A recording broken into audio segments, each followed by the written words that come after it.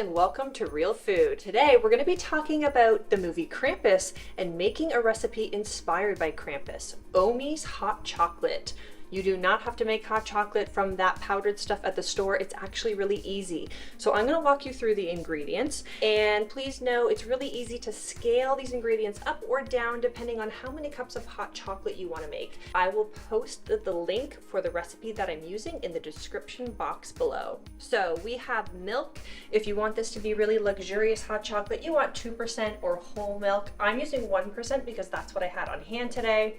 We also have some cocoa powder, some granulated sugar, some actual semi-sweet chocolate chips, and a little bit of vanilla extract to round it out. And of course, whatever you want to top it with, I've got some marshmallows here today. So we want to bring the milk slowly up to temperature. We want to do that ideally on medium, low heat because we don't want the milk to burn or scorch. And then really all we want to do while that comes up to temperature is get the cocoa powder and the sugar in there and just dissolve that slowly as the milk heats up, and we'll whisk that together. And as we do that, I'm going to talk about Krampus. So Krampus was released in 2015 and it's directed by Michael Dougherty. The mainies in this movie are Adam Scott, who plays Tom.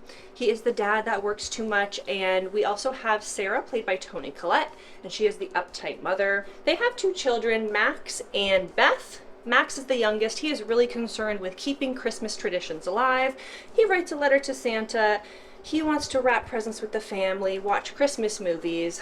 But he, other than Grandma Omi, Omi is German for grandma.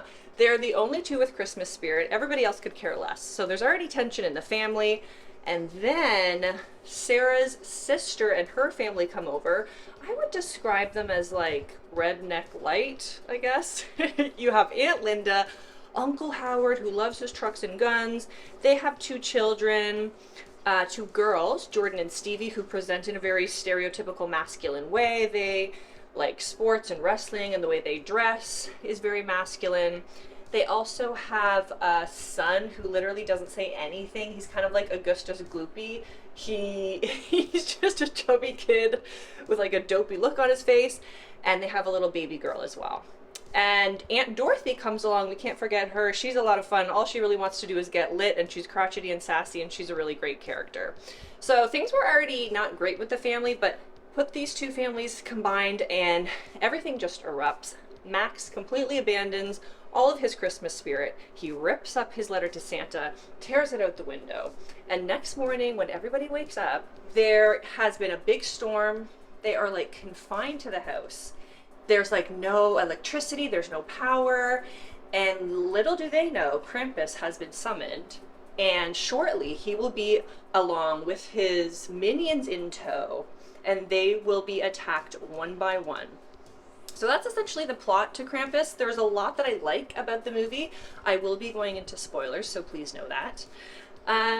First of all, the man himself, the demon himself, I don't know what to call him. Krampus.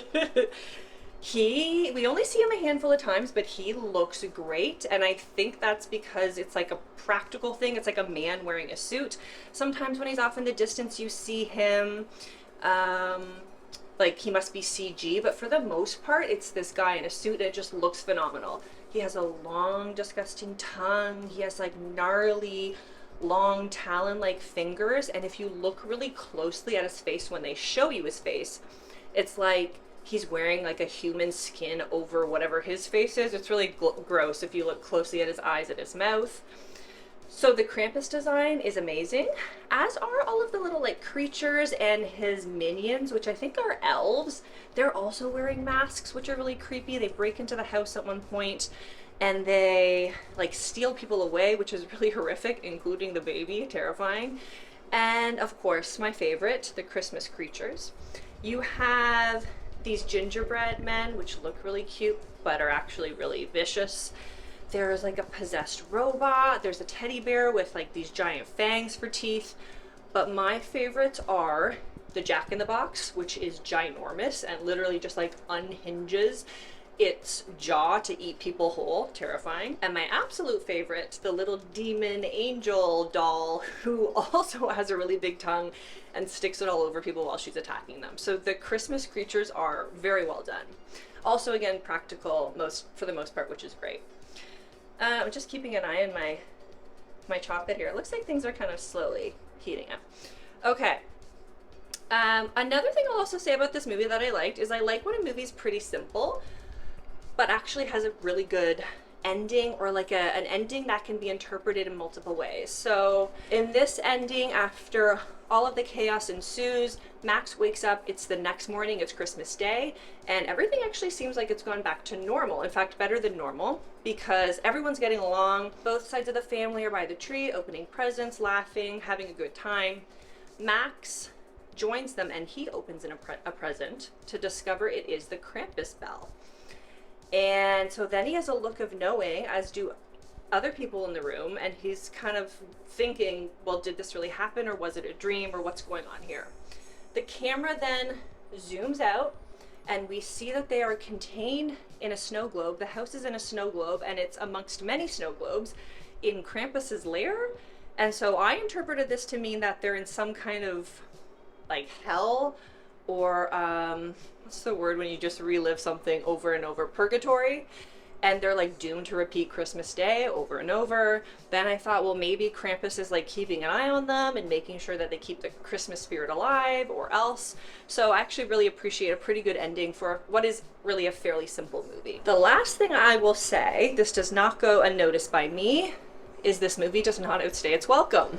A movie like this should be an hour 30, hour 45 tops, and this one clocks in at an hour 38. So kudos to Krampus for that. Okay, I have to pay attention to what I'm doing here. This is pretty much dissolved. So what I'm gonna do now is I'm going to dump in our chocolate chips and just whisk those until they melt. Okay, so this is not a perfect movie. There are some things I didn't like. The characters, for the most part, are very flat and one-dimensional.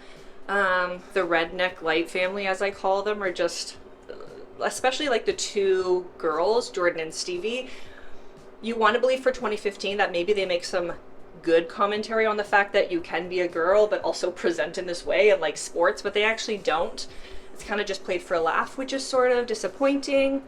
And how many times have we seen the dad, Tom, who works too much, and the uptight mom? And you have Toni Collette in your movie. Please do more with her. The women in this movie actually do not get to do an awful lot, so that all in all is pretty disappointing. Some of the reactions that the family have at certain points in the movie was also just unrealistic.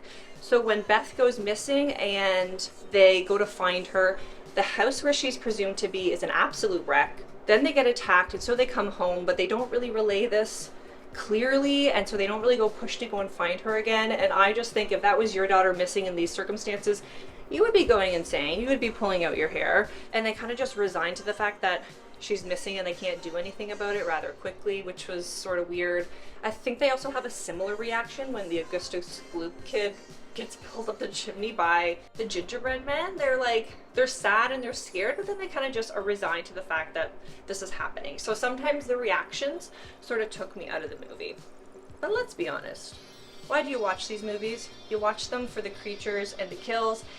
And on that front, Krampus definitely delivered.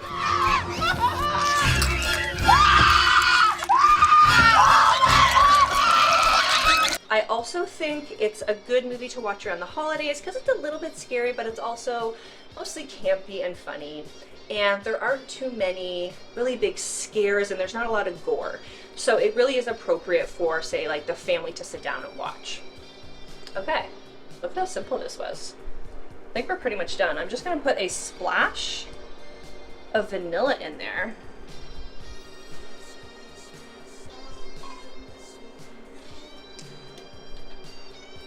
Our chocolate looks like pretty much melted. Give this one last stir. How easy was that? And then you can just ladle this into your cups. Actually, Now this is the hardest part, okay, everyone?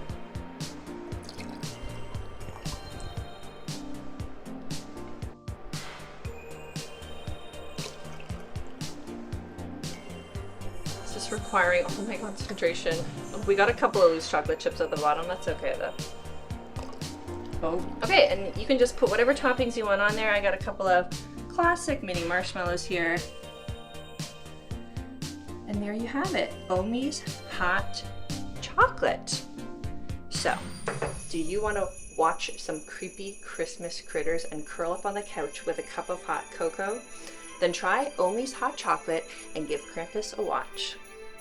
I give this film 3.5 maniacal gingerbread out of 5. If you want more dark Christmas movie recommendations, then like this video and subscribe to Real Food.